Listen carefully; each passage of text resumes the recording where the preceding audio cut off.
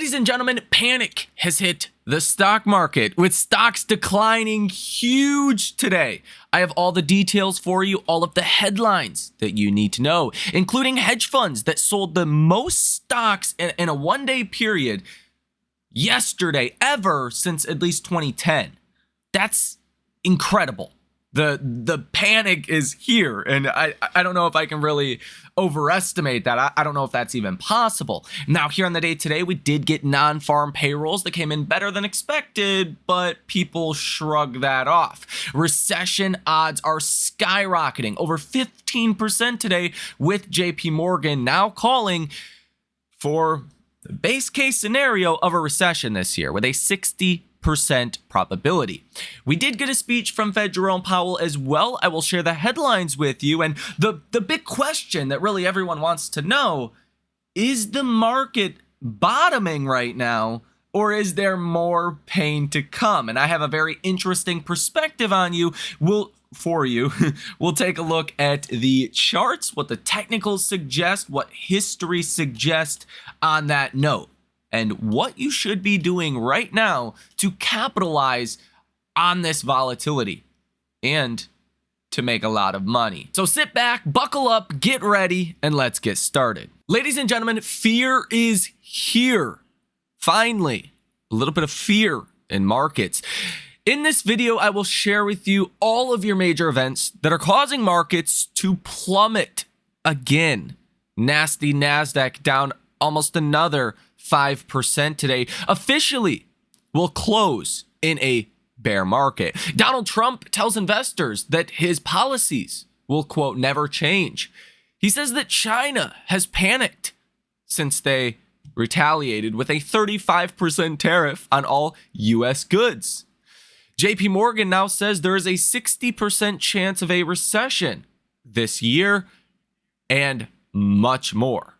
Ladies and gentlemen, buckle up, get ready, and let's get started. First and foremost, there's finally a little bit of fear in markets. TLT is up 2.2%. This is getting to a fear response. So if you were someone looking for an indication that the markets were getting ready to bottom, that could be one of them. And I think at this point, S&P's down 15%. You are getting more vulnerable to a potential bottom. Now, unfortunately, the dynamics at play here are just getting worse. So markets are finally showing a little bit of fear, and the dynamics in which are pushing us here are not getting better, they're getting worse. So JP Morgan raises recession odds for the year to 60%. JP Morgan warns Trump's new tariffs increase US and global recession risks. Economist Bruce Kasman now sees a 60% chance of a U.S. recession, up from 40%. A global downturn is also likely, but not certain. U.S. tariffs take effect this week, with uncertainty over negotiations and global responses. China has already announced a 35% retaliatory tariff. The U.S. economy showed signs of slowing in late 2024, though unemployment remains at 4.1%. Kasman is holding off on a revising forecast until the impact becomes clearer. Now, our second big catalyst of the day today, besides just the economic data, is a speech from Fed Jerome Powell. And let me give you the headliners of that. And let me just tell you, it's really just nauseously neutral, which the markets did not seem to like too much. Powell says we face risks for higher unemployment and higher inflation. That's a difficult for a central bank. Jerome Powell says policy stance is in a good stance to wait. Policy is modestly restrictive.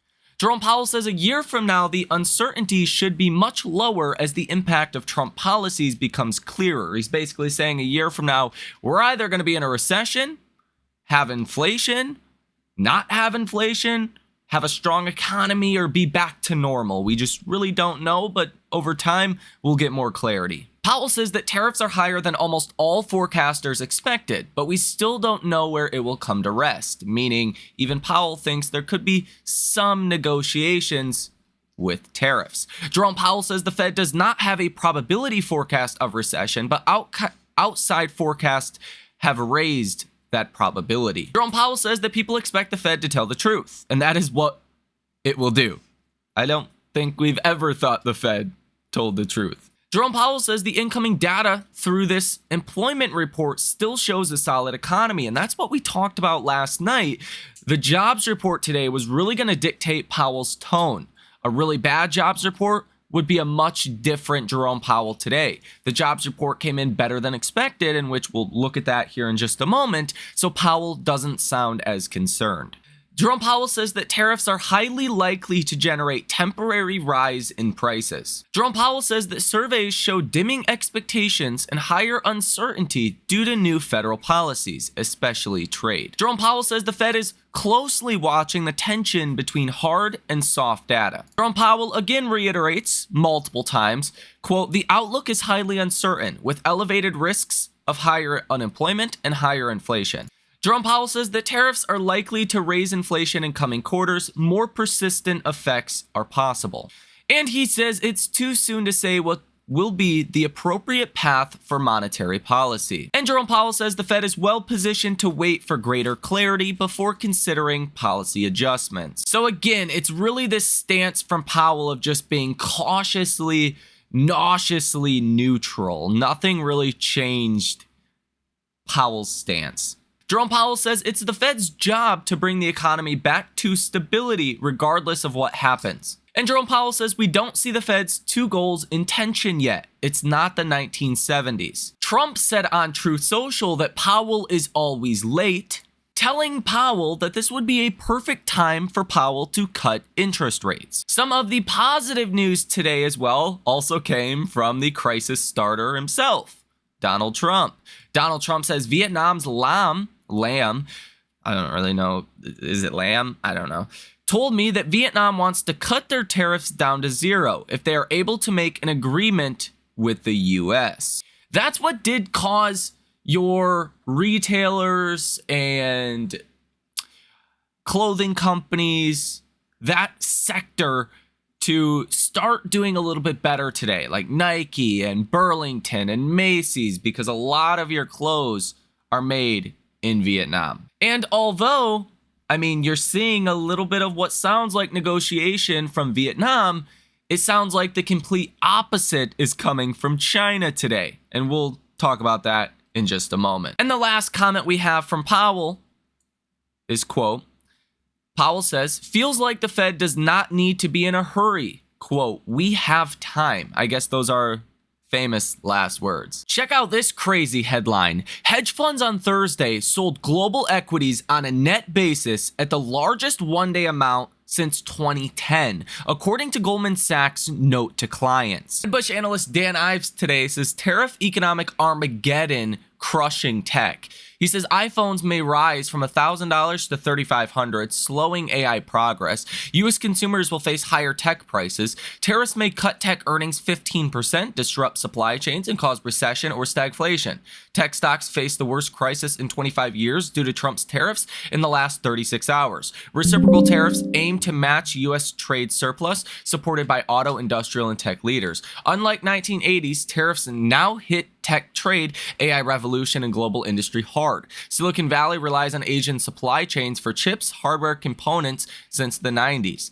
40 years of global trade gave U.S. cheap tech. Now 50% China, 32% Taiwan tariffs raise cost 40 to 50%. U.S. manufacturing takes 4 to 5 years to build, but labor costs are high and workforce is unprepared. Retail investors, although, bought $4.7 billion in stocks on Thursday, the largest level ever over the past decade. Now, traders are also adding to Fed bets this year, seeing a 50% chance of 5 cuts this year. Officially, China announces an extra 34% tariff on all U.S. goods imposed from April 10th. That adds 11 U.S. companies to the unreliable list. UBS Global Wealth Management expects 2025 U.S. GDP growth to be less than 1%. This outcome could include an intra-year recession with GDP contracting 1% peak to trough. Now, we actually did have some better than expected data this morning, but as I said before, if we had good data, it was kind of a non-event, okay? You had 228,000 non-farm payrolls for March. Now, last month's number was revised lower from 151,000 to 117,000. So some people are going to say, like, how strong is it? Because you're seeing 30, 40% downward revisions still from the previous month. But that was much better than the consensus that was around 135,000. Although the unemployment rate did indeed move up from 4.1% to 4.2%. Average hourly earnings month over month went up from 0.2% last month to 0.3%. Average hourly earnings year over year actually came in lower than expected at 3.8%. Participation rate at 62.5%, better than expected. And then everything else kind of stayed the same. What's interesting, though, is government payrolls. We were expecting to lose jobs in the government sector, but yet you actually added 19,000. So throughout Doge and all of these firings and all this, you have not actually lost any government jobs so far in a month. So some people are saying, well, that's going to show up next month. And that's kind of the argument that we've gotten for the last two payroll reports now is the weakness is going to come. It's going to come. It's going to come. But so far, you're not really seeing that. Besides the unemployment rate, if we start to get some weak payroll numbers, unemployment rate is going to skyrocket.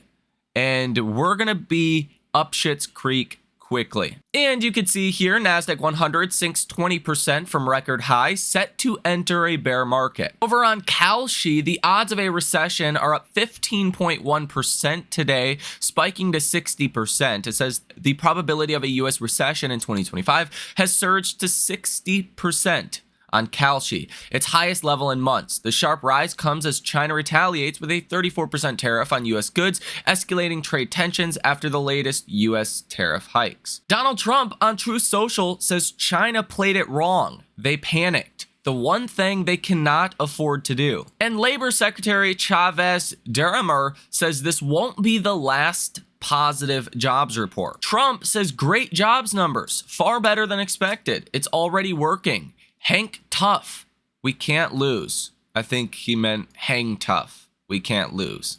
Donald Trump says this is a great time to get rich, richer than ever before.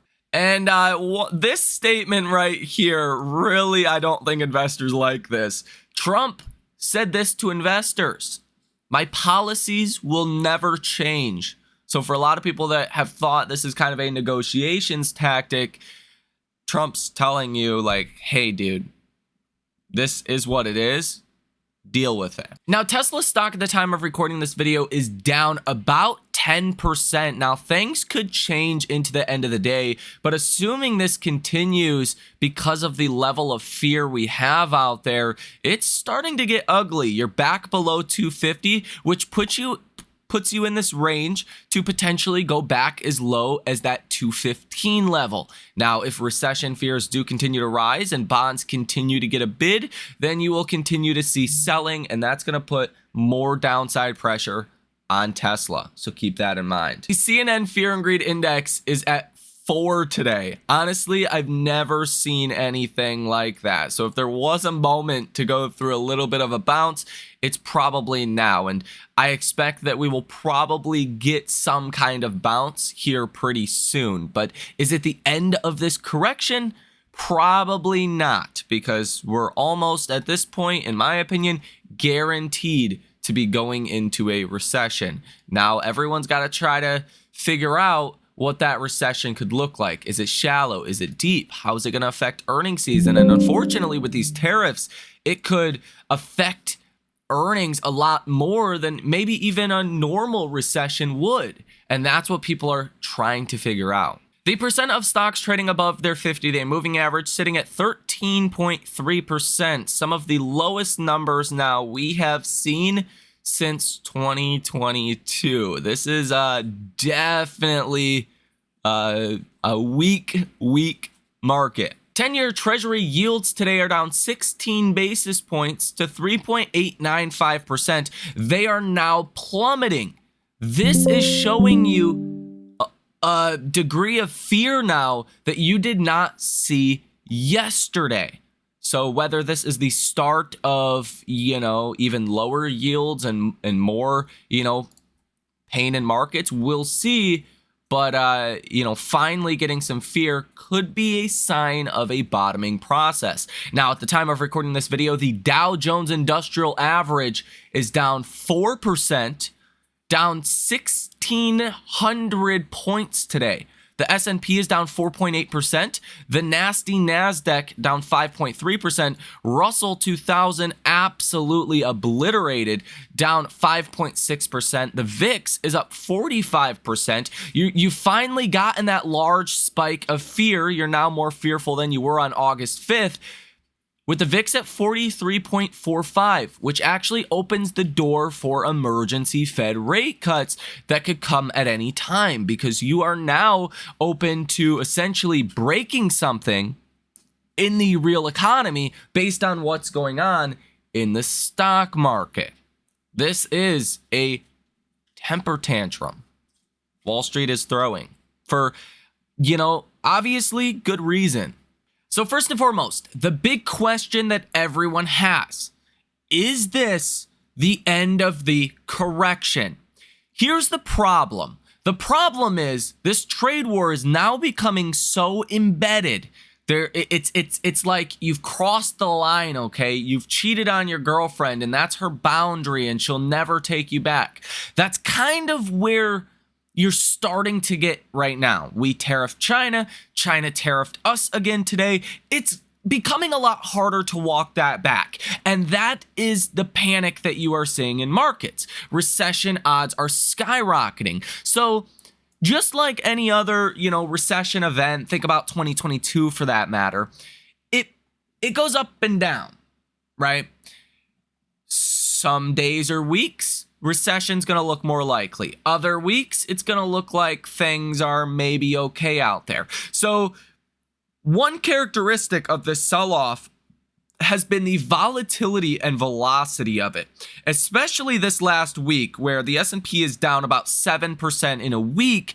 People are throwing in the towel now at this point. Now, markets are still elevated.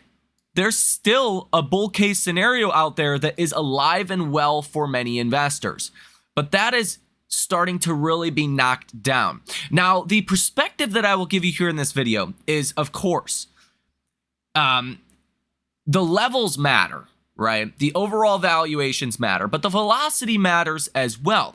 When you look at the SPY on a weekly candlestick chart, you now are right at that oversold level on the RSI. Going back to 2020, besides the crash of 2020, which was a crisis, this is a crisis as well, so could it get more oversold? Sure. But you normally tend to bounce when the weekly RSI gets oversold. And normally these bounces can actually be quite large, like you've seen in 2022. Every time you got to 30 on the RSI, you bounce. You haven't been to 30 or even close to 30 on the weekly RSI since 2022. Okay, so from that technical perspective, it would seem likely that we would bounce. Now, 507 is where your 100-day moving average is. That's a big level. And I expect that even if, again, we come down a little bit, call it 507, we're going to start bouncing around here. We're not going to V-shape recovery, but I think we slow down the velocity of the sell-off temporarily, okay? But I do think as recession odds rise, as the data gets worse, we will continue to fall. There is a very old saying on Wall Street, and it goes like this.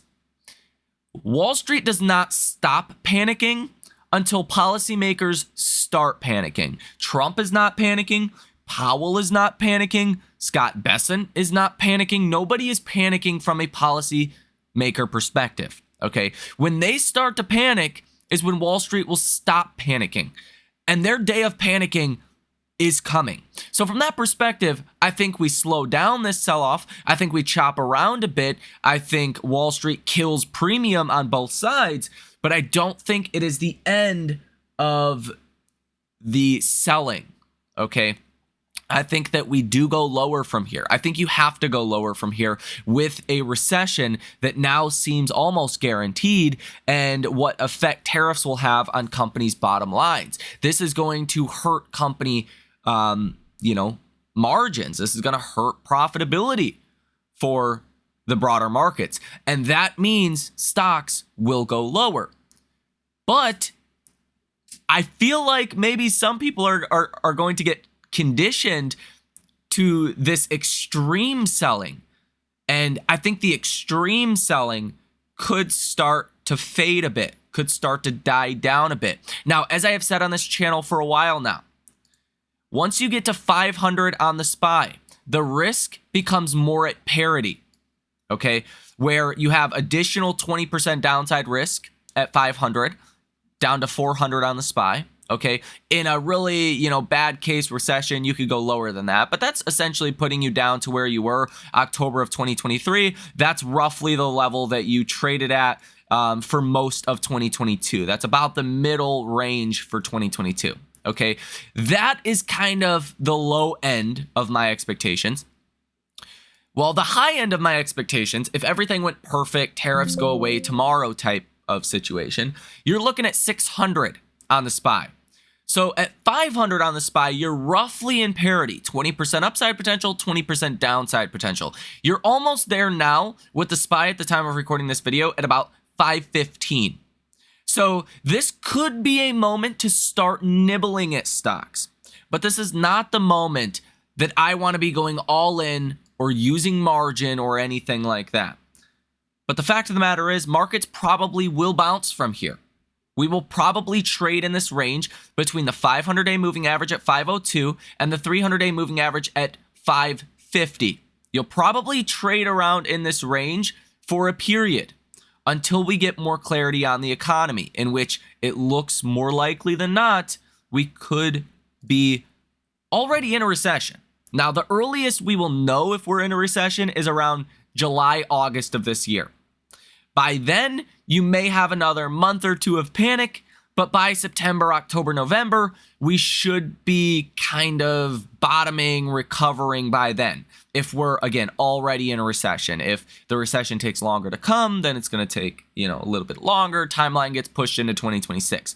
But from where I see it, by 2026, we should be in the recovering phase. Now, question is, again, what does the damage look like between now and then? That's the big question. And I do think there is still more downside risk than upside risk at this point. As I have talked about here on this channel plenty of times before, there is 3 things that you should be doing right now. You should be evaluating your portfolio. What stocks do you own? What stocks are profitable, that are unprofitable? Who's going to get hit the hardest? Who's, more vulnerable for excessive downside? Small caps, heavily indebted companies that need to raise cash.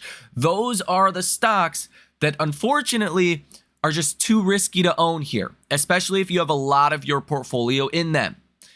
If we are correct on this channel, you will have a better opportunity to buy those stocks. Even if you have to sell them at a loss, it's better than watching them go to zero, potentially going bankrupt. The last thing you want to do is try to raise capital in a recession market. 2022, that did not go well for any company that tried to raise cash. And even then, this velocity of the sell-off is even more extreme. So that's number 1. Risky stocks, stocks that will not survive a recession, have no place in a portfolio unless they are a very small amount and you are willing to lose all of that, okay? Number 2, you need to not be in any margin debt whatsoever. Okay, now with the velocity of the sell-off we've seen in the last 2 days, perhaps stocks can bounce a little bit from here, and maybe now is not the greatest time to sell those stocks and to get out of margin. But if you are in margin, let me tell you, that is the worst financial decision you could make right now. Because even if you're fully invested in quality stocks and markets do fall another 20, 25, 30% from here, you're able to use that margin at the bottom and your dollar goes a lot further. And number 3, it's pretty simple. You need to have as much cash as possible. Your cash is gaining value as we speak, okay? As stocks fall, your cash becomes more valuable. Essentially, you're seeing deflation on the stock market. So your $100 or $500 or $5,000 or 10,000, whatever your number of cash is, your dollars, your monies, are going to be worth exponentially more as you invest them with depressed asset prices. Okay, $100 could be worth $1,000 by mid-year 2026. Right? 10,000 could be worth over 100,000 by mid-year 2026 if asset prices continue to decline, as I think they likely will. But I think a lot of people are going to be trapped when you get a big bounce and people are going to think that it's the end of the selling. It really just depends on the state of the economy at this point.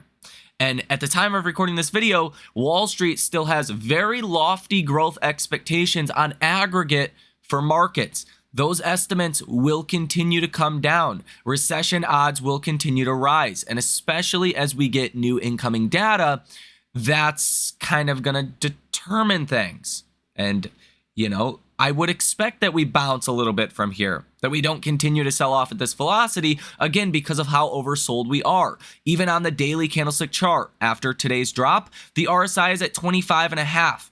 You always bounce when the RSI is oversold. Like 2022, every time you bounced at 30 on the RSI. Every time in 2023, you bounced at 30 on the RSI. Every time in 2024, and even in 2025 so far, you bounced when the RSI got to 30. Even back here, March 10th through the 13th, you bottomed once the RSI got to 30. Today, you're well below 30.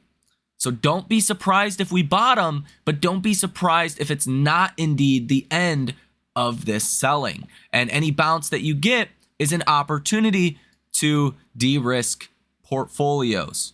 And again, just to solidify number 3, cash is king. So let me know what you think about this information down below in the comments section. Ladies and gentlemen, have a fantastic rest of your weekend for what that's worth, and I will see you in the next one.